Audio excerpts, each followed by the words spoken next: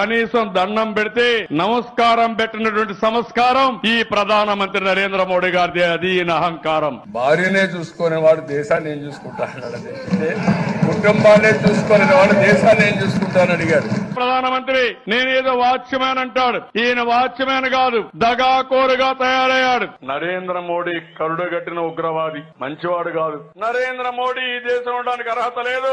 మనకు అన్యాయం చేసిన వ్యక్తి ఈ నరేంద్ర మోడీ.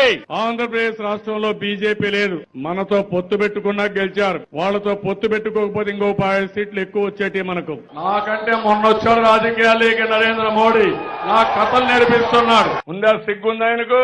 సిగ్గు లజ్జ, ఒక స్థానం, ఏం గౌరవం లేని వ్యక్తి. గ్రామంలో ఉండే చిన్న కార్యకర్త ఈ నరేంద్ర మోడీ కంటే 1000 టైమ్స్ బెటర్ తమ్ముళ్ళు. అదే వాళ్ళ యొక్క స్తోమత. ఈ ప్రధానమంత్రి ఎంత అబద్ధాలు కోరంటే, మాట్లాడితే అసత్యం తప్ప అబద్ధం తప్ప పొట్టగొట్టినా నిజం ఎప్పుడూ మాట్లాడు తమ్ముళ్ళు. అలాంటి ప్రధానమంత్రి